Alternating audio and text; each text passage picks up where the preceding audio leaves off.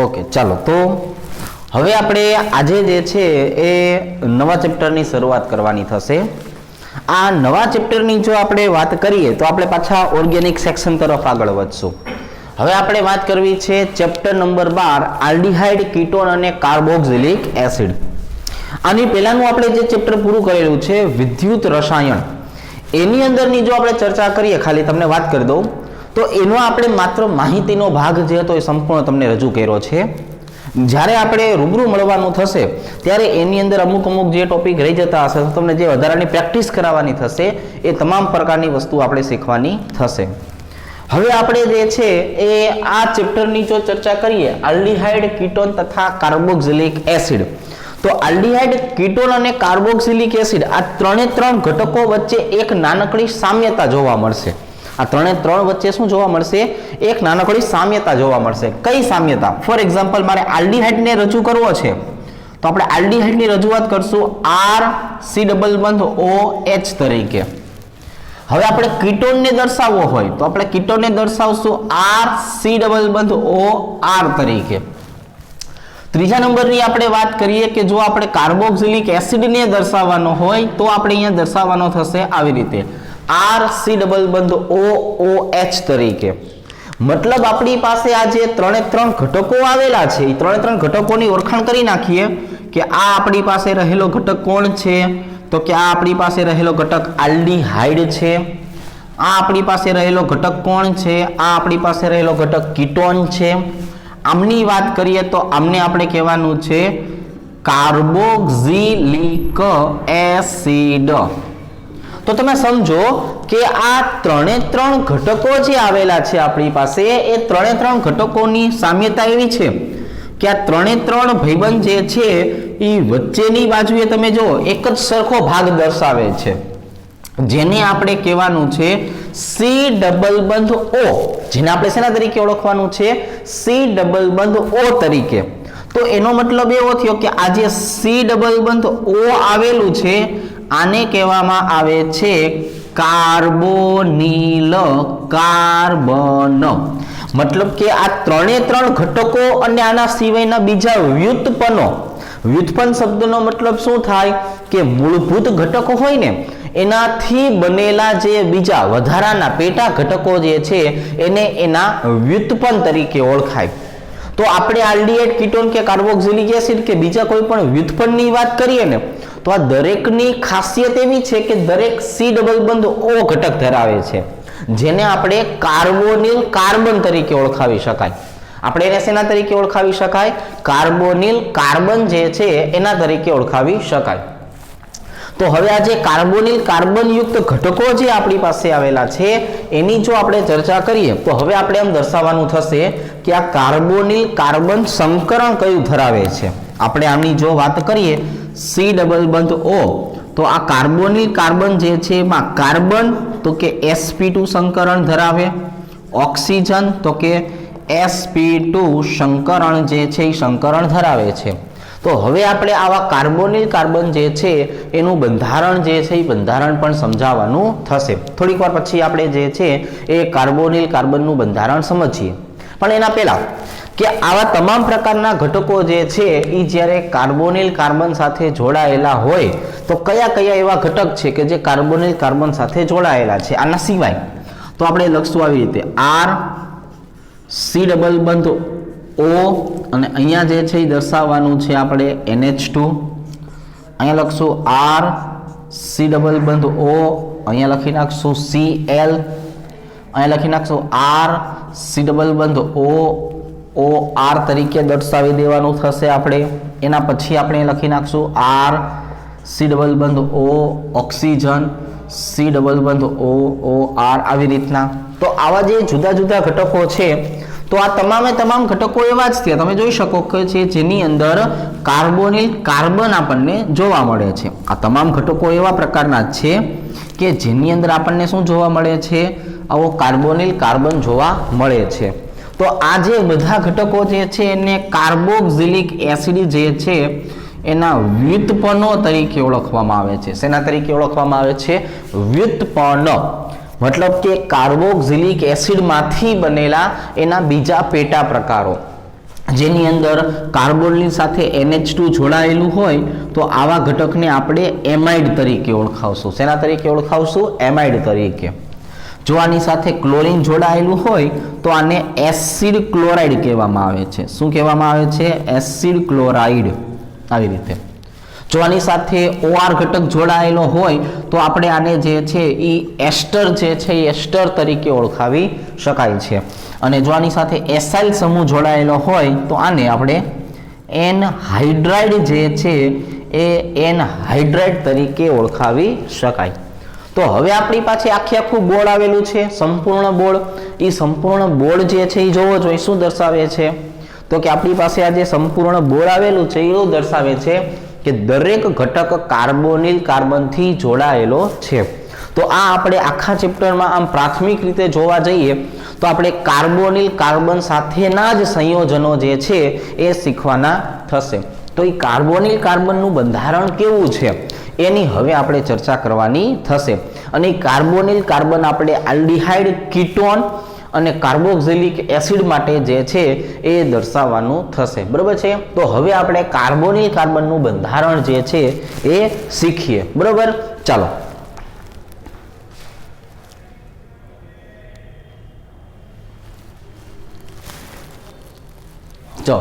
તો હવે હું જે છે એ શું કરું છું તો કે ભાઈ sp2 સંકરણ કઈ રીતે આમાં જોવા મળે છે અને કયા કયા ઘટકો આની સાથે સંકળાયેલા છે એ તમામે તમામ ઘટક જે છે એના વિશેની આપણે વાત કરવી છે. ચાલો એ આપણે આવી રીતે દર્શાવી દઈએ.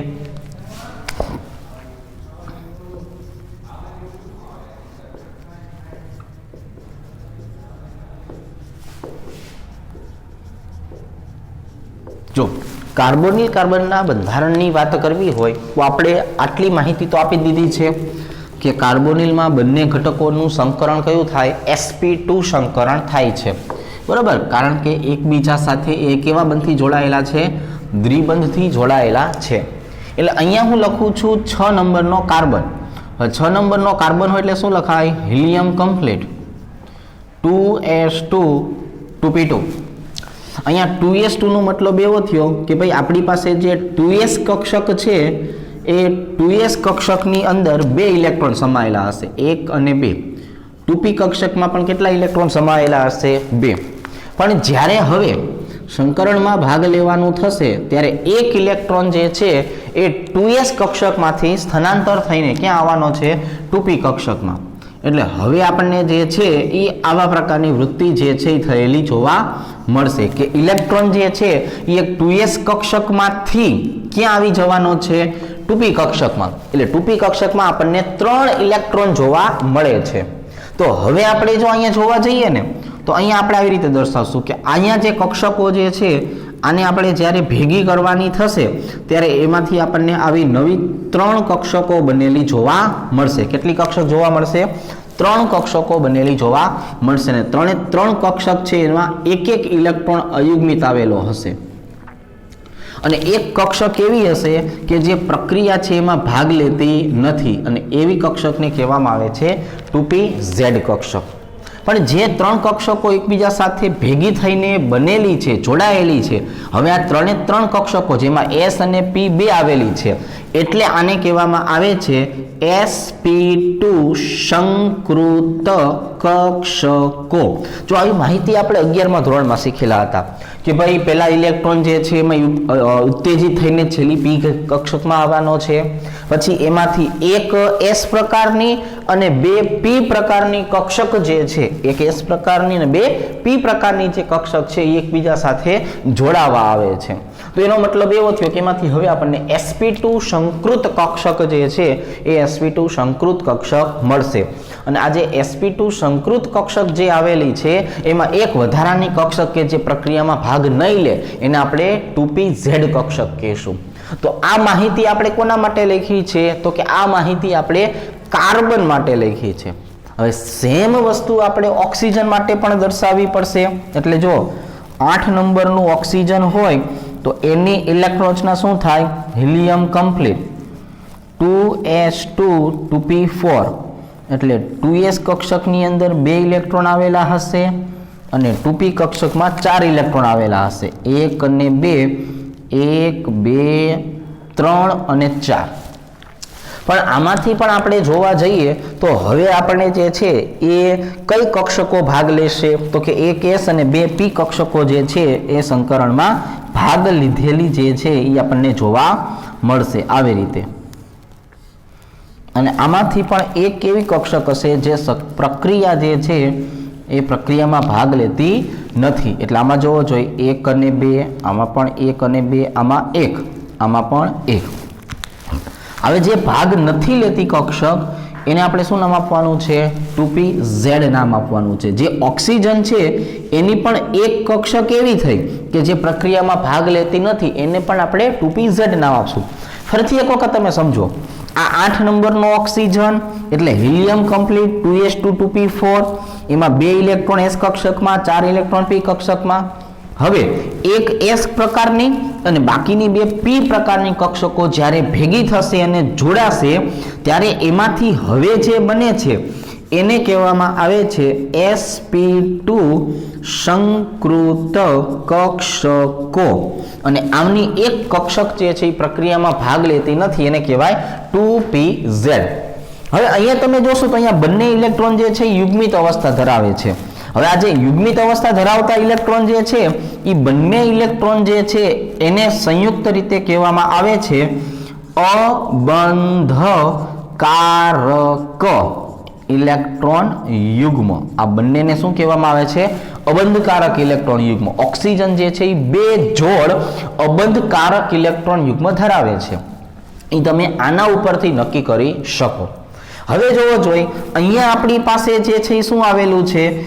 sp2 સંકૃત કક્ષક કોની આવેલી છે કાર્બનની અહીંયા તમે જુઓ અહીંયા આપણી પાસે sp2 સંકૃત કક્ષક આવેલી છે કોની આવેલી છે ઓક્સિજનની તો કાર્બન અને ઓક્સિજનની જે sp2 સંકૃત કક્ષકો છે એમાં હવે આપણે આવું કહી શકાય કે આ બંને ઇલેક્ટ્રોન વચ્ચે જે છે એ ભાગીદારી થશે આ કાર્બન અને ઓક્સિજન આ કાર્બન આ ઓક્સિજન એમની વચ્ચે એક ઇલેક્ટ્રોનની શું થવાની છે ભાગીદારી અને ભાગીદારી થઈને જે બંધ બને છે એને કહેવામાં આવે છે સિગ્મા બંધ ઓક્સિજન પાસે 4 ઇલેક્ટ્રોન કેવા આવેલા છે અબંધકારક ઇલેક્ટ્રોન યુગ્મ એટલે અબંધકારક ઇલેક્ટ્રોન યુગ્મને આપણે આવી રીતના દર્શાવી શકાય હવે જે બંનેની 2pz કક્ષક છે એમની વચ્ચે નિર્બળ આકર્ષણ થશે શું થશે આમની વચ્ચે જે છે એ નિર્બળ આકર્ષણ જોવા મળશે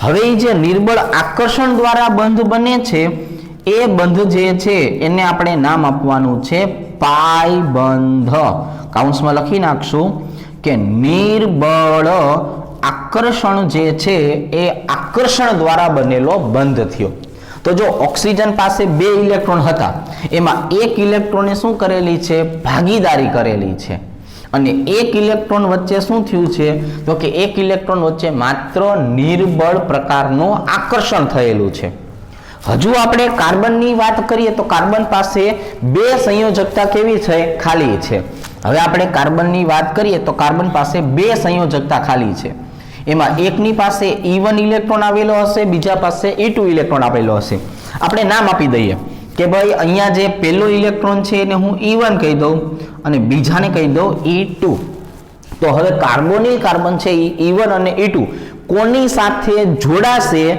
તો કેવા પ્રકારનું બંધારણ બનશે એની ચર્ચા આપણે બાજુના કોષ્ટકમાં કરવાનું થશે પણ હવે તમે જુઓ કે જ્યારે આ એકબીજા સાથે જોડાશે કે નહીં તો એના કારણે જે આકાર બને છે એ આકાર કેવો હશે સમતલીય ત્રિકોણાકાર કેવો હશે સમતલીય ત્રિકોણાકાર આકાર જોવા મળશે અને એના કારણે આમાં તમે જોઈ શકો છો શું જોવા મળશે તો કે આની અંદર જે છે એ sp2 સંકરણ જોવા મળશે શું જોવા મળશે sp2 સંકરણ જોવા મળશે તો હવે આપણે જે ચીજો લખી નાખીએ છીએ કે ભાઈ કાર્બનના E1 તથા E2 ઇલેક્ટ્રોન સાથેનું જોડાણ હવે જો આપણે કાર્બનના E1 અને E2 સાથેનું જોડાણ કરીએ તો બંધારણ શું બનશે અને એનું નામ શું હશે એની ચર્ચા કરશું અહીંયા આવશે E1 અહીંયા આવશે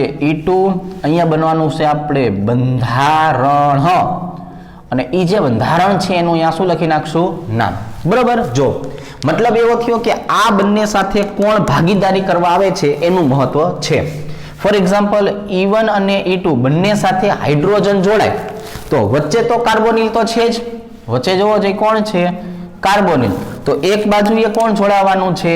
હાઇડ્રોજન, બીજી બાજુએ પણ હાઇડ્રોજન. તો હવે જે બંધારણ બન્યું ને એને આપણે ફોર્માલ્ડીહાઇડ નામ અપાય. શું નામ અપાય? ફોર્માલ્ડીહાઇડ. ચાલો હવે બીજા નંબરની વાત કરીએ. આની સાથે આપણે જે છે એ E1 સાથે કાર્બન જોડવો છે, E2 સાથે હાઇડ્રોજન જોડવો છે. તમે જો અહીંયા હવે શું થયું? C ડબલ બંધ O તો હતા જ, એમાં એકની સાથે કાર્બન, એકની સાથે કોણ જોડાઈ ગયો? હાઇડ્રોજન.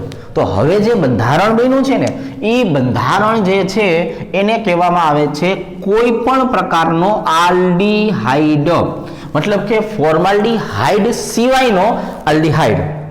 હવે આપણે એના પછીની જો વાત કરીએ તો બંને જે છે એની સાથે કોને જોડી દઈએ? કાર્બનને જોડી દઈએ.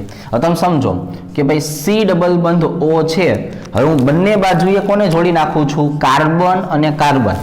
તો આવું જે બંધારણ બન્યું હોય ને એને કીટોન તરીકે ઓળખાવાય. શેના તરીકે ઓળખાવાય? કીટોન તરીકે. સમજી શકો છો? આ બંનેની સાથે હાઇડ્રોજન જોડાયેલા હોય તો આ હાઇડ્રોજન અને હાઇડ્રોજન જે છે એના કારણે આપણે એને શેના વડે દર્શાવી શકવાના છીએ? ફોર્માલ્ડીહાઇડ તરીકે.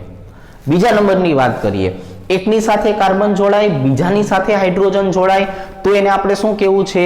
તો આપણે એને આલ્ડીહાઇડ કહેવો છે. માની લો કે બંનેની સાથે કાર્બન જ જોડાયેલા છે. હવે જો બંનેની સાથે કાર્બન જ જોડાયેલા હોય તો આપણે એને શેના તરીકે ઓળખાવી શકાય? તો આપણે એને કીટોન તરીકે ઓળખાવી શકાય છે. હવે પાછા આગળ વધીએ. ચાલો અહીંયા આપણે લેવો છે હાઇડ્રોજન, અહીંયા લેવું છે હાઇડ્રોક્સિલ સમૂહ OH. તો કઈ રીતે દર્શાવશું? તો કે જો અહીંયા તો આપણી પાસે કાર્બોનિલ છે જ, એક બાજુએ તમે કોને મૂકવાનું કીધું છે? એક બાજુએ હાઇડ્રોજન, બીજી બાજુએ OH. તો હવે આને મારે કહેવાનું છે ફોર્મિક એસિડ. શું કહેવાનું છે? Formic acid. પણ હવે આપણે એક બાજુએ કાર્બનને જોડી દઈએ અને એક બાજુએ OH ને જોડી દઈએ. હવે તમે જોઈ શકો છો તો અહીંયા આ કાર્બોનિલ છે એ કાર્બોનિલની એક બાજુએ કાર્બન અને એક બાજુએ કોણ આવશે? OH. તો આને કહેવામાં આવે છે કોઈ પણ પ્રકારનો કાર્બોક્સિલિક એસિડ. તો આપણે આને શું કહેવાનું છે? કોઈ પણ પ્રકારનો કાર્બોક્સિલિક એસિડ. સમજો. તો હવે આપણે જે પેજ નંબર 2 છે એના ઉપર કેવા પ્રકારની ચર્ચા કરી? તો કે અહીંયા આપણે ચર્ચા કરેલી છે કાર્બોનિલ જે છે એ કાર્બોનિલ કાર્બનનું બંધારણ. જો આપણે વાસ્તવમાં જોવા જઈએ તો કાર્બોનિલ કાર્બન આપણને આ પ્રકારે જોવા મળે છે. આ કાર્બોનિલ કાર્બન છે એમાં એક કાર્બન આવેલો છે, એક ઓક્સિજન આવેલો છે. બંને જે છે એ એકબીજા સાથે દ્વિબંધથી જોડાયેલા છે. હવે જો બંને એકબીજા સાથે દ્વિબંધથી જોડાયેલા હોય એટલે સ્વાભાવિક રીતે મને ખબર પડે કે આમાં સંકરણ જો થવાનું હોય તો સંકરણ કયું થાય? sp2 સંકરણ થાય. કયું સંકરણ થાય? sp2 સંકરણ થાય. અને હવે જો એમનો આકાર બનતો હોય તો આકાર કયો બને? સમતલીય ત્રિકોણાકાર. બંને ભાઈબંધ જે છે એ sp2 સંકૃત કક્ષકો ધરાવે છે. કાર્બન અને ઓક્સિજન વચ્ચે એક ઇલેક્ટ્રોનની ભાગીદારી થઈને સિગ્મા બંધ બને છે. એક કે જેમની વચ્ચે નિર્બળ આકર્ષણ થશે અને નિર્બળ આકર્ષણ થવાના કારણે જે છે એ શું બનવાનું છે? પાઈ બંધ જે છે એ પાઈ બંધ બનવાનો છે. આવું થયા પછી પણ કાર્બનની પાસે E1 અને E2 નામના ઇલેક્ટ્રોન આવેલા હશે. શું આવેલા હશે? E1 અને E2 નામના ઇલેક્ટ્રોન. તો આ E1 અને E2 સાથે કોણ ભાગીદારી કરે છે અને કયું બંધારણ બને છે એની ચર્ચા આપણે અહીંયા દર્શાવેલી છે કે કાર્બનના E1 અને E2 જે છે એના ઇલેક્ટ્રોન સાથેનું જો જોડાણ આપણે દર્શાવવા જઈએ તો આવી રીતે દર્શાવશું ને કે ભાઈ અહીંયા આપણી પાસે E1 છે, E2 છે, બંધારણ છે, બંધારણનું નામ આવેલું છે. તો બંને હાઇડ્રોજન જ આવેલા છે. જો આ બાજુ પણ હાઇડ્રોજન છે, આ બાજુ પણ હાઇડ્રોજન છે, એટલે જે બંધારણ બને એનું નામ છે ફોર્માલ્ડીહાઇડ. એક બાજુએ કાર્બન છે, એક બાજુએ હાઇડ્રોજન છે, એનું જે બંધારણ બને છે એને કહેવામાં આવે છે આલ્ડીહાઇડ. બંને બાજુએ કાર્બન આવેલા હોય તો એનાથી જે બંધારણ બને છે એને કહેવામાં આવે છે કીટોન. એક બાજુએ હાઇડ્રોજન, બીજી બાજુએ OH, તો આમના કારણે બનવાનું છે ફોર્મિક એસિડ. અને એક બાજુએ કાર્બન, એક બાજુએ OH, તો આમને કહેવામાં આવે છે કાર્બોક્સિલિક એસિડ.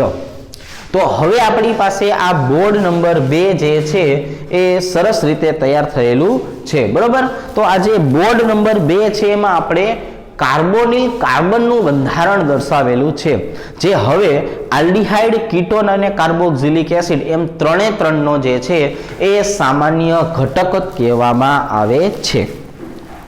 તો હવે આપણે જે છે એક નાનકડું કાર્ય કરશું. આપણે શું કરશું? આલ્ડીહાઇડ જે છે એના નામકરણની શરૂઆત કરશું. આલ્ડીહાઇડનું નામકરણ, ત્યારબાદ કીટોનનું નામકરણ, બરોબર છે. ચાલો, તો હવે આપણે જે છે એ આજે આની અંદર આગળ વધીએ અને હવે વાત કરશું આલ્ડીહાઇડ તથા કીટોન જે છે એના IUPAC નામ અને એના સામાન્ય નામ, એમની આપણે ચર્ચા જે છે એ ચર્ચા કરવાની થશે.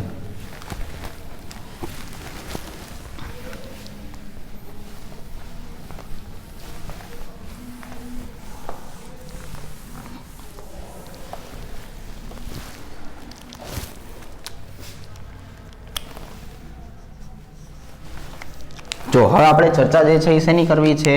તો કે આપણે ચર્ચા કરવી છે આલ્ડીહાઇડના IUPAC તથા સામાન્ય નામ, બરોબર છે.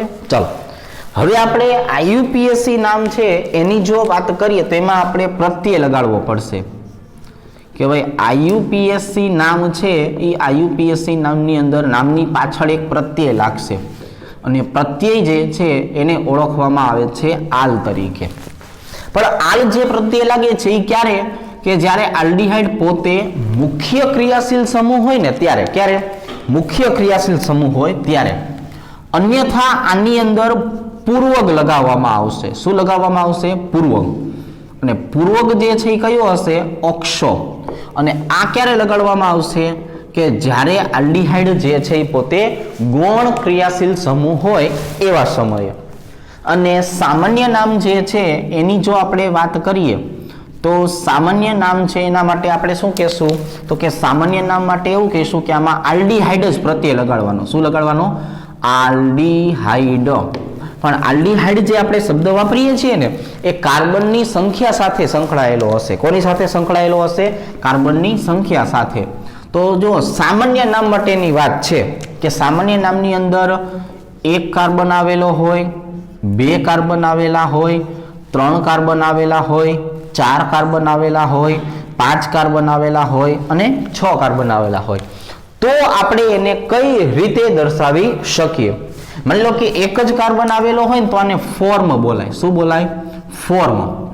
આ તમામ ચર્ચા આપણે કોના માટે કરવાની છે? સામાન્ય નામ માટે. જો બે કાર્બન આવેલા હોય તો આને એસિડ તરીકે ઓળખશું. ત્રણ કાર્બન આવેલા હોય તો આને પ્રોપિયો કહેવાનું. શું કહેવાનું? પ્રોપિયો. ચાર કાર્બન આવેલા હોય તો આને બ્યુટીરો તરીકે ઓળખવાનું. પાંચ કાર્બન જે છે આવેલા હોય તો આને વેલેરો તરીકે ઓળખવાનું. 6 કાર્બન આવેલા હોય તો આને કેપ્રો તરીકે ઓળખવાનું. શેના તરીકે? કેપ્રો તરીકે. તો હવે જો સામાન્ય નામ માટે આપણી પાસે તમામ વસ્તુ હાજર થઈ ગઈ છે. હવે આપણે એના બંધારણ જે છે એ બંધારણ દર્શાવવાના થશે. અહીંયા લખી નાખશું આપણે બંધારણ.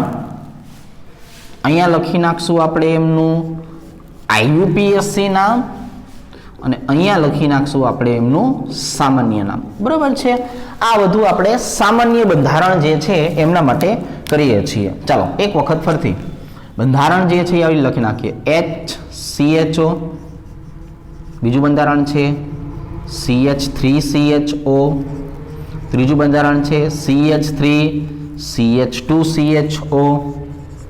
ચોથું બંધારણ છે CH3CH3 અને અહીંયા આવી જશે CHO. બરાબર છે? એના પછીનું બંધારણ છે CH3CH2 CH2 અને CHO દર્શાવવું છે આપણે, બરાબર છે। ચાલો તો આવી રીતના આપણે ઉદાહરણ જે છે એ બધા દર્શાવતા જઈએ। હવે અહીંયા જે છે હવે કાર્બનની સંખ્યામાં આપણે થોડોક વધારો કરી નાખીએ કે ભાઈ 4 કાર્બન હતા, અહીંયા આપણે 5 કાર્બન સાથે દર્શાવી દઈએ, અહીંયા આપણે 6 કાર્બન સાથે દર્શાવી દઈએ। આ બધા જ જે છે એ શું છે, માત્ર સામાન્ય એવા બંધારણ થશે। ચાલો તો હવે આપણે જે છે જો આમના IUPAC નામની વાત કરીએ તો એક જ કાર્બન આવેલો હોય ને એટલા માટે આપણે એ એક જ કાર્બન વાળા ઘટક જે છે એને ઓળખાવાનું છે મિથેનાલ તરીકે, કારણ કે એમાં પ્રત્યય કયો લાગે છે, આલ। તો આનું આપણે નામ લખવાનું થશે મિથેનાલ, બરાબર છે। પણ હવે બીજા નંબરની વાત કરો, એક જ કાર્બન વાળું સામાન્ય નામ હોય તો એને ફોર્મ કહેવાય, તો એને આપણે કહેવાનું છે ફોર્મ વત્તા આલ્ડીહાઇડ, એટલે ફોર્માલ્ડીહાઇડ। સમજણ પડે છે ને, એક કાર્બન હતું એટલે મિથેનાલ કીધું, પણ એક જ કાર્બન વાળો આલ્ડીહાઇડ હોય તો એને શું કહેવાય, ફોર્માલ્ડીહાઇડ। હવે બે નંબરની વાત કરીએ, બે કાર્બન આવેલા હોય તો એને શું કહેવાય, ઇથેનાલ કહેવાય। શું કહેવાય, ઇથેનાલ। તો ઇથેનાલનો મતલબ શું થયો, એસિટાલ્ડીહાઇડ, અને એસિટાલ્ડીહાઇડ તરીકે જે છે એ ઓળખવામાં આવે છે। આ બધું આપણે ક્યાંથી નક્કી કરીએ છીએ, જો બાજુમાંથી જ નક્કી કરીએ છીએ। 3 કાર્બન હોય તો એને પ્રોપેનાલ તરીકે ઓળખવામાં આવે છે। શેના તરીકે, પ્રોપેનાલ। પણ 3 કાર્બન જે સામાન્ય નામ હોય તો એને પ્રોપ્યોરાલ્ડીહાઇડ કહેવાય, તો આપણે આને પ્રોપ્યોનાલ્ડીહાઇડ તરીકે ઓળખાવાનું થશે। હવે જો અહીંયા કાર્બનની સંખ્યા જે છે એ કેટલી થઈ, તો કે ભાઈ 1, 2 અને 3, જેમાં બીજા નંબરના કાર્બન ઉપર કોણ આવેલું છે, શાખા, એટલે આને આપણે કહેવામાં આવે છે 2 મિથાઇલ, અને 3 કાર્બન હતા એટલે એને પ્રોપેનાલ। જો આ એનું IUPAC નામ થયું। IUPAC નામની અંદર આપણે જે છે એ મુખ્ય શૃંખલાને ધ્યાનમાં રાખવાની હોય છે। જ્યારે સામાન્ય નામમાં કાર્બનની સંખ્યા કેટલી થઈ, 4, તો 4 સંખ્યા છે અને છેલ્લેથી બીજા નંબરના કાર્બન ઉપર એક શાખા છે, આવા બંધારણને આપણે આઈસો તરીકે ઓળખીએ। શેના તરીકે ઓળખીએ, આઈસો તરીકે। અને 4 કાર્બન છે એટલે 4 કાર્બન વાળાને શું કહેવાય, બ્યુટીરાલ્ડીહાઇડ। જો 4 કાર્બન છે એટલે શું કહેવાય, બ્યુટીરાલ્ડીહાઇડ, પણ એક શાખા છે એટલે આઈસો બ્યુટીરાલ્ડીહાઇડ। અહીંયા 1, 2, 3 અને 4 કાર્બન આવેલા છે, સળંગ આવેલા છે, એટલે એને બ્યુટેન વત્તા આલ એટલે બ્યુટેનાલ તરીકે ઓળખાય। પણ અહીંયા 4 કાર્બન સીધે સીધા જ આવેલા છે એટલે માત્ર શું કહેવાય, બ્યુટીરાલ્ડીહાઇડ તરીકે ઓળખાવી શકાય। શેના તરીકે ઓળખાવી શકાય, બ્યુટીરાલ્ડીહાઇડ તરીકે। અહીંયા આપણી પાસે 1, 2, 3, 4 અને 5 કાર્બન આવેલા છે, એટલે 5 કાર્બનને આપણે શેના તરીકે ઓળખાવશું, પેન્ટેનાલ તરીકે। શેના તરીકે, પેન્ટેનાલ તરીકે। પણ 5 કાર્બન સાથે જો આવેલું હોય તો એને વેલેરાલ્ડીહાઇડ કહેવાય। શું કહેવાય, વેલેરાલ્ડીહાઇડ તરીકે ઓળખાવી શકાય। 6 કાર્બન આવેલા છે એટલે 6 કાર્બનને આપણે હેક્ઝેનાલ તરીકે ઓળખાવી શકાય। શેના તરીકે ઓળખાવી શકાય, હેક્ઝેનાલ તરીકે। અને સામે 6 કાર્બન આવેલા છે એટલે એને કહેવાય કેપ્રાલ્ડીહાઇડ, એટલે આને શું કહેવામાં આવે છે, કેપ્રાલ્ડીહાઇડ તરીકે ઓળખાવી શકાય। તો જોવો જોઈએ આપણી પાસે હવે અહીંયા જે છે એ IUPAC અને સામાન્ય નામ ધરાવતું ત્રીજા નંબરનું બોર્ડ જે છે એ તૈયાર થયું। આની અંદર આપણે બે વસ્તુ ઉપર જે છે એ પ્રાધાન્ય આપ્યું છે। શેના ઉપર, કે એક આનું IUPAC નામ જે છે એને જો તમારે ધ્યાનમાં રાખવાનું હોય તો કોને પ્રત્યય કહેવાય, કોને પૂર્વક કહેવાય, ક્યારે પ્રત્યય આવશે, ક્યારે પૂર્વક આવશે, એ બધી ચર્ચા આપણે થોડીક વારમાં હવે કરીએ। તો અત્યારે આપણે જે છે શું કરેલું છે કે જે હાવ સામાન્ય કહી શકાય ને એવા ઉદાહરણ લીધેલા છે। હવે આપણે આના માટેના માત્ર IUPAC નામ જોવા છે। કેવા નામ જોવા છે આના, માત્ર IUPAC નામ, કે ભાઈ આલ્ડીહાઇડ જે છે એના ખાલી IUPAC નામ આપણે બનાવવા હોય તો કઈ રીતે બનાવી શકાય એની જે છે એ ચર્ચા કરીએ। ત્યાર પછી એના માત્ર સામાન્ય નામ જે છે એ કઈ રીતે બનતા હશે એની પણ ચર્ચા જે છે એ કરવાની થશે। તો બોર્ડ નંબર 4 જે છે આની અંદર માત્ર આમના IUPAC નામ જે છે એમની ચર્ચા કરશું। એટલે હું અહીંયા બંધારણ લખી નાખું છું, બરાબર। ચલો, CH3 CH CH3 CHCl CHBr અને CHO. બીજા નંબરની વાત કરીએ CH3CH, અહીંયા જે છે એ આવી જશે Br, અહીંયા આવી જશે CHOH, અહીંયા આવી જશે CHNH2 અને અહીંયા આવી જવાનું છે CHO. ત્યાર પછીની વાત કરીએ તો CH3 CH double bond CH, અહીંયા આવી જશે CH2, અહીંયા આવી જશે CHO.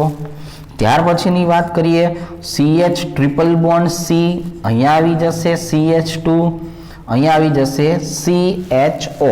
બરોબર છે. ચાલો આ બાજુ આપણે દર્શાવવું છે CH3 CH double bond CH, C triple bond C, અહીંયા આવી જશે CH2 ને અહીંયા આવી જશે CHO. એવી જ રીતે આપણે અહીંયા દર્શાવવું છે CH3, અહીંયા લખી નાખવું છે CH3, અહીંયા દર્શાવી દેવું છે C ડબલ બંધ O, અહીંયા આપણે લખી નાખવું છે CH ડબલ બોન્ડ CH, અહીંયા લખી નાખવું છે CHO. ચાલો અહીંયા લખી નાખવું છે CHO પણ આવી રીતે H ડબલ બંધ O, અહીંયા આપણે લખી નાખવું છે CH2, અહીંયા લખી નાખવું છે C ડબલ બંધ OH, અહીંયા લખી નાખવું છે C ડબલ બંધ O, અહીંયા દર્શાવી દેવું છે CH double bond CH, CH2, C double બંધ OH. ચાલો આવી રીતે. પણ હવે જ્યારે આપણે મુખ્ય ક્રિયાશીલ છે કે ગૌણ ક્રિયાશીલ છે એવી વસ્તુ નક્કી કરવાની થતી હોય ને ત્યારે આપણે આમની પ્રબળતા શ્રેણી દર્શાવવી પડે. શું દર્શાવવી પડે? પ્રબળતા શ્રેણી. જે આ પ્રકારે છે. સૌથી વધારે પ્રબળ ક્રિયાશીલ સમૂહ જે છે એ કોણ હોય છે? કાર્બોક્સિલિક એસિડ, ત્યાર પછી એસ્ટર, ત્યાર પછી આવશે એમાઇડ, ત્યાર પછી આવશે સાયનાઇડ,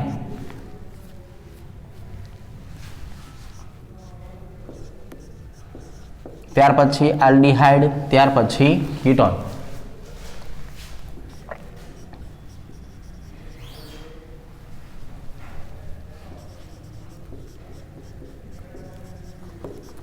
ત્યાર પછી આવશે ડબલ બંધ યુક્ત ઘટક, ટ્રિપલ બંધ યુક્ત ઘટક, નાઇટ્રો સંયોજન. હવે જો નાઇટ્રોથી ચાલુ કરીએ ને તો આ બધાની પ્રબળતા આપણે સરખી લેવાની છે, આટલા ઘટકોની. પણ આપણને જે છે શું ખબર પડી કે આપણે જે આજે આલ્ડીહાઇડની ચર્ચા કરીએ છીએ એ આલ્ડીહાઇડ અહીંયા આવેલો છે. તો આલ્ડીહાઇડ જે છે એ પાછળના આટલા તમામે તમામ ક્રિયાશીલ સમૂહ માટે તો કેવો કહેવાય? મુખ્ય ક્રિયાશીલ સમૂહ કહેવાય. અને મુખ્ય ક્રિયાશીલ સમૂહ છે એટલે એમાં હંમેશા શું લાગશે? આલ લાગશે. પણ જો આપણે આવા તમામ પ્રકારની વાત કરીએ તો આ તમામ પ્રકારના ક્રિયાશીલ સમૂહ માટે આલ્ડીહાઇડ છે એ કેવો કહેવાય? ગૌણ ક્રિયાશીલ સમૂહ કહેવાય. અને ગૌણ ક્રિયાશીલ સમૂહ છે તો એની અંદર આપણને ઓક્સો પ્રત્યય જે છે એ ઓક્સો પ્રત્યય લાગેલો જોવા મળશે. તો અત્યારે આપણે આ બોર્ડની અંદર આ જ પ્રકારની વૃત્તિ દર્શાવી છે કે મુખ્ય ક્યારે લાગે છે અને ગૌણ ક્યારે લાગે છે. પછી આપણે એના વિશિષ્ટ નામકરણ જોશું. તો હવે અહીંયા જોવો જોઈએ તો અહીંયા તમે જોશો તો અહીંયા આપણને જે મળેલું છે કે નહીં કે ભાઈ આલ્ડીહાઇડ જે છે તો આલ્ડીહાઇડ પોતે અહીંયા કયા સ્વરૂપે આવેલો છે? મુખ્ય ક્રિયાશીલ સમૂહ તરીકે. તો હવે આપણી પાસે 1, 2 અને 3 ઘટકો છે કેવા થઈ ગયા? ગૌણ. ગૌણને હંમેશા ABCD પ્રમાણે દર્શાવાય. તો અહીંયા આવી જશે 1 નંબર, 2 નંબર, 3 નંબર, 4 નંબર અને 5 નંબર. મિથાઇલ સમૂહ માટે ABCD માંથી M ને ધ્યાનમાં લેવામાં આવે છે, ક્લોરીન માટે C ધ્યાનમાં લેવામાં આવે છે, બ્રોમિન માટે B. તો ABCD પ્રમાણે જોવા જઈએ તો પહેલા કોણ આવશે? B, એટલે કે 2 બ્રોમો, 3 ક્લોરો, 4 મિથાઇલ અને કુલ કાર્બનની સંખ્યા આપણી પાસે કેટલી છે? 5. એટલે 5 કાર્બન વાળો આલ્ડીહાઇડ એટલે એને પેન્ટેન વત્તા આલ કહેવામાં આવે છે. એટલે આપણે ભેગું કરીને લખીએ તો શું કહેવાય? પેન્ટેનાલ. તો અહીંયા આપણે બંધારણ છે એનું નામ આવી રીતે પેન્ટેનાલ દર્શાવેલું છે. આપણી પાસે જો બધાની પ્રબળતા શ્રેણી છે જ એ દરેકની પ્રબળતા શ્રેણી પ્રમાણે હજુ પણ જોવા જઈએ તો આલ્ડીહાઇડ જે છે એ કેવો છે? મુખ્ય ક્રિયાશીલ સમૂહ છે. એટલે મુખ્ય ક્રિયાશીલ સમૂહને હંમેશા પહેલો નંબર આપવામાં આવે 1. ત્યાર પછીના દરેકે દરેક જે છે એને આપણે 2, 3, 4, 5 આવા નંબર આપશું. તો હવે તમે જોઈ શકો છો અહીંયા જે છે એ કોણ આવેલું છે, તો કે અહીંયા આવેલું છે NH2, અહીંયા આવેલું છે OH, અહીંયા આવેલું છે Br. તો આ દરેકે દરેક મૂળ તો કોણ આવેલા કહેવાય, ગૌણ ક્રિયાશીલ સમૂહ. તો એમાં આને એમિનોનો A તરીકે દર્શાવશું, આને હાઇડ્રોક્સીનો H અને આને બ્રોમિનનો B. તો હવે આનું પણ IUPAC નામ લખવા જઈએ તો શું કહેવાય, 4 બ્રોમો. હવે અહીંયા આપણે ABCD પ્રમાણે જોવા જઈએ તો પહેલા કોણ આવશે, 2 એમિનો. શું આવવાનું છે, 2 એમિનો. ત્યાર પછી આવશે 4 બ્રોમો અને ત્યાર પછી આવશે 3 હાઇડ્રોક્સી. જો આ આપણે તમામ ઘટકો જે છે એના IUPAC નામ દર્શાવવાની વાત કરી. હવે કુલ કાર્બન અહીંયા પણ 5 જ છે, એટલે આને પણ આપણે પેન્ટેનાલ તરીકે ઓળખાવી શકાય. શેના તરીકે ઓળખાવી શકાય, પેન્ટેનાલ તરીકે ઓળખાવી શકાય. હવે અહીંયા એક દ્વિબંધ આવેલું છે અને દ્વિબંધની વાત કરીએ તો અહીંયા એક આવેલું છે આલ્ડીહાઇડ. તો દ્વિબંધ જે છે એમાં પ્રત્યય લાગતો હોય છે, ઇન પ્રત્યય. તો અહીંયા આપણે કુલ કાર્બનની સંખ્યા જોવાની છે, 1 2 3 4 અને 5. હવે ટોટલ 5 કાર્બન હોય ને એને પેન્ટેન બોલાય. શું બોલાય, પેન્ટેન, પણ ન અડધો. જેમાં ત્રીજા નંબરના કાર્બન ઉપર ડબલ બંધ આવેલો એને ઇન બોલાય અને પહેલા નંબરના કાર્બન ઉપર કોણ આવેલું છે, આલ. તો હવે હું આ ત્રીજા નંબરના કાર્બન ઉપર ઇન અને પહેલા નંબરના કાર્બન ઉપર આલ એ બેને જો ભેગા કરું તો આનું નામ શું જોવા મળશે, ઇનાલ જોવા મળશે. શું જોવા મળવાનું છે, ઇનાલ જોવા મળશે. એટલે હવે જે મારી પાસે બંધારણ છે એનું નામ શું થઈ જવાનું છે, પેન્ટેન 3 ઇનાલ. શું કહેવાય એને, પેન્ટેન 3 ઇનાલ તરીકે ઓળખાવી શકાય. અહીંયા જો અહીંયા પણ આલ્ડીહાઇડ જે છે એ આલ્ડીહાઇડ કેવો છે, મુખ્ય ક્રિયાશીલ સમૂહ છે. કેવો છે, મુખ્ય ક્રિયાશીલ સમૂહ. તો હવે આપણી પાસે કુલ કેટલા કાર્બન થયા, 1 2 3 અને 4. હવે 4 કાર્બન છે એટલે પહેલા આપણે આને બ્યુટેન તરીકે ઓળખશું. શેના તરીકે, બ્યુટેન. તમે બ્યુટ પણ કહી શકો છો. જેમાં ત્રીજા નંબરના કાર્બન ઉપર ટ્રિપલ બંધ છે, ટ્રિપલ બંધને આઈન વડે દર્શાવાય. શેના વડે દર્શાવાય, આઈન વડે. અને એમાં પહેલા નંબરના કાર્બન ઉપર કોણ છે, આલ. તો અહીંયા જે છે એ શું કહેવાય, 3 આઈન 1 આલ. જેવી રીતે આને ઇનાલ કીધું કે નહીં એવી રીતે આને આઈનાલ કહેવામાં આવે છે. શું કહેવામાં આવે છે, આઈનાલ. અહીંયા ઇન વત્તા આલ એટલે ઇનાલ, અહીંયા આઈન વત્તા આલ એટલે આઈનાલ. ચાલો રેડી. હવે અહીંયા જે છે આપણી પાસે કોણ આવેલું છે, તો કે એક આવેલો છે CHO, એક આવેલા છે ટ્રિપલ બંધ અને એક આવેલું છે ડબલ બંધ. હવે ડબલ બંધ છે ને એને ઇન વડે દર્શાવાય. શેના વડે દર્શાવાય, ઇન. આવી રીતે. અને આને આઈન વડે દર્શાવે, પણ આઈન લખાય આવી રીતે, YNE તરીકે લખાય. કઈ રીતે લખાય, YNE તરીકે. તો ઈ બંનેમાં ABCD માં જે પહેલા આવતું હોય ને એને પહેલા આપણે પ્રાધાન્ય જે છે આપવું પડશે. તો હવે હું એક કાર્બનની સંખ્યા ગણી લઉં કે આપણી પાસે કાર્બન કેટલા છે, 1 2 3 4 5 6 અને 7. બરોબર છે. હવે 7 કાર્બન યુક્ત ઘટકો હોય એને હેપ્ટેન તરીકે દર્શાવાય. શેના તરીકે, હેપ્ટેન. ABCD પ્રમાણે ધ્યાનમાં રાખવાનું છે. એટલે 5મા નંબરના કાર્બન ઉપર કોણ આવશે, ઇન. ત્રીજા નંબરના કાર્બન ઉપર કોણ આવશે, આઈન. અને આપણા પહેલા નંબરના કાર્બન ઉપર કોણ આવવાનું છે, તો કે આલ. તો આ બંધારણ છે એનું નામ છે હેપ્ટેન. 5 ઇન 3 આઈન 1 આલ તરીકે દર્શાવવાનું છે. કારણ કે હજુ સુધી આલ્ડીહાઇડ છે એ કેવો છે, પ્રબળ ક્રિયાશીલ સમૂહ છે. હવે અહીંયા તમે જો, અહીંયા આપણી પાસે ફરીથી તમે જો આ કોણ આવેલું છે, આલ્ડીહાઇડ. અહીંયા કોણ આવેલું છે, તો કે અહીંયા આવેલું છે દ્વિબંધ. અહીંયા તમે જો કોણ આવેલું છે, કીટોન આવેલો છે. તો કીટોન જે છે એ કેવો છે, તો કે એક ગૌણ ક્રિયાશીલ સમૂહ છે. તો ગૌણ ક્રિયાશીલ સમૂહ છે એટલે કીટોનમાં પણ ઓક્સો પૂર્વક લાગશે. શું લાગશે, ઓક્સો પૂર્વક જ લાગવાનો છે. એટલા માટે અહીંયા પહેલા નંબરનો કાર્બન, બીજા નંબરનો કાર્બન, ત્રીજા નંબરનો કાર્બન, ચોથા નંબરનો કાર્બન, 5માનો અને 6થો. તો હવે આપણે જોવા જઈએ ને તો અહીંયા જો મિથાઇલનો M ધ્યાનમાં લેવાનો અને અહીંયા ઓક્સોનો O ધ્યાનમાં લેવાનો. શું ધ્યાનમાં લેવાનું, ઓક્સો આપણે લખીને એટલે O આવશે. આ પ્રત્યય તરીકે આવશે. તો એનો મતલબ એવો થયો કે હવે MnO3 એટલે કે પહેલા M આવશે એટલે 5મા નંબરના કાર્બન ઉપર કોને લખશું 5 મિથાઇલ. ચોથા નંબરના કાર્બન ઉપર કોણ આવશે ઓક્સો. કુલ કાર્બનની સંખ્યા કેટલી છે 6 એટલે એને કહેવાય હેક્ઝેન. એમાં બીજા નંબરના કાર્બન ઉપર કોણ આવેલું છે ઇન અને પહેલા નંબરના કાર્બન ઉપર કોણ આવેલું છે આલ. તો હવે અહીંયા બીજા નંબરનું ઇન અને પહેલા નંબરનું આલ ભેગું થાય એટલે આપણે આને 2 ઇનાલ તરીકે પણ દર્શાવી શકાય. શેના તરીકે દર્શાવી શકાય 2 ઇન આલ તરીકે. ચાલો નેક્સ્ટ.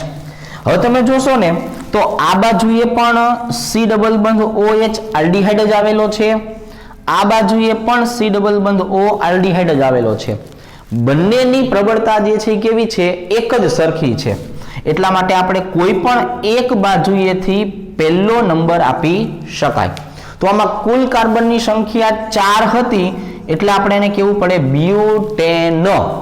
હવે એમાં પહેલા અને ચોથા બંને ઉપર સરખા પૂર્વક આવેલા છે ને એટલે શું કહેવાય બ્યુટેન 1,4 ડાઈ વત્તા આલ. એટલે આને ભેગું કરવું હોય તો શું કહેવાય ડાયાલ. અને શું કહેવામાં આવે છે ડાયાલ તરીકે ઓળખાવી શકાય. એટલે કે બ્યુટેન 1,4 ડાયાલ. હવે જે સમજવાનું તો આવું હતું જો કે અહીંયા કોણ આવેલું છે C ડબલ બંધ O આલ્ડીહાઇડ આવેલું છે, પણ અહીંયા તમે જો C ડબલ બંધ OH એટલે કે આ આવેલું છે કાર્બોક્સિલિક એસિડ. તો આવા સમયે IUPAC નામની અંદર આલ્ડીહાઇડ જે ગૌણ થઈ જશે. ગૌણ હોય તો એને શું કહેવું પડે પૂર્વક ઓક્સો કહેવું પડે. તો હવે મારે આ બંધારણનું નામ લખવું હોય તો અહીંયા 1 નંબર, આ 2 નંબર, આ 3 નંબર, આ 4 નંબર, આ 5 નંબર. તો એમાં 5મા નંબરના કાર્બન ઉપર કોણ આવેલું છે ઓક્સો. તો અહીંયા આવી જશે 5 ઓક્સો. જો એને ઓક્સો કેવું પડશે કાર્બનની સંખ્યાને ગણતરીમાં લેવી પડશે. હવે કુલ કાર્બન જે છે એ કેટલા થઈ ગયા 5 એટલે આને કહેવાય પેન્ટેન. એમાં ત્રીજા નંબરના કાર્બન ઉપર આવેલું છે ઇન અને પહેલા નંબરના કાર્બન ઉપર આવેલું છે ઓઇક એસિડ. પણ તમે 3 નંબરના કાર્બન ઉપર ઇન અને ઓઇક એસિડને ભેગા કરો તો આને ટૂંકમાં તમે 3 ઇનોઇક એસિડ જે છે એના તરીકે દર્શાવી શકો છો. શેના તરીકે દર્શાવી શકો છો ઇનોઇક એસિડ તરીકે દર્શાવી શકો છો. તો હવે આપણે આજે જે છે એ આલ્ડીહાઇડ જે છે એના IUPAC નામની ચર્ચા કરેલી છે. આપણે આવતીકાલે જે છે એ આના અલગ પ્રકારના વિશિષ્ટ નામ, સામાન્ય નામ અને કીટોનના IUPAC નામ જે છે એની ચર્ચા કરવાની થશે. તો આપણે આજે જે છે એ અહીંયા સુધી રાખીએ છીએ.